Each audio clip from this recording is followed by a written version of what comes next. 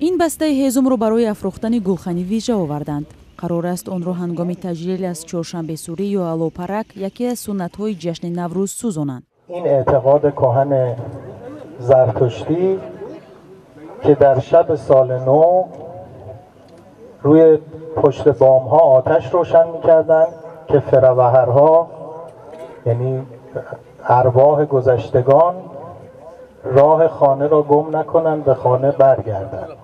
خیلی تفاسیر مختلفی از دربارش چهارشنبه سوری. گروهی میگن مربوط میشه به مسئله سیاوش و عبور او از آتش. چهارشنبه سوری که در چهارشنبه اخیر قبل از نوروز تجلیل می شود در دره رومید برگزار شد. به مثل هر جشن چهارشنبه سوری هم خوراکی خاصی خود را دارد. زلفیه فیض‌اللهی‌وا بیش از 10 سال است آش ریشته و طعام ویژه را آماده می کند. یکم مرتبه این خوراک رو به من آقای فرخیار کمک کرد، این مثال نشان داد. از همون سالت من هر سال در همین فصل بهار همین آش ریشته رو تیار میکنم. گاه آش پلو، گاه دلده ایرانی میکنیم. وای فرق داره. وای آش جو میگن وایو. انخمون دلده میگیم. دیگه فرق داره. شرکت‌داران این مراسم از بالای علنگه آتش می‌جهند. اعتقادشان این است که درد و غصه را از خود دور کردند.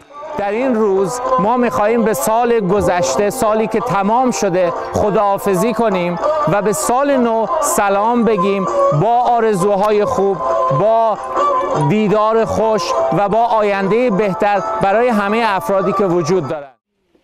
چهارشنبه سوری یا طور تاجیکان از آن نام میبرند الوپرک یا آتشپرک یکی از آیین‌های قدیمی نوروز بوده در برخی از مناطق تاجیکستان هم رعایت می شود.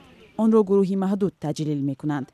چند سال است که در این نهاده‌ای که حالا هستیم آقای شهاب فرخیار و شرافت ایشان دوستا را گرد میارند در روزی جشن نوروزی و از جمله امروز که هستیم و سالهای پیشین هم بود جشن چهارشنبه سوری را میگیریم. من امید میکنم و باورم دارم که بعد از این در تاجیکستان جشن نوروز که خیلی گسترده جشن گرفته خواهد شد. از جمله بعضی سنت هایی که ما کمتر از اونها یاد میکردیم یا رعایت میکردیم از جمله چهارشنبه سوری هم رواج خواهد گرفت.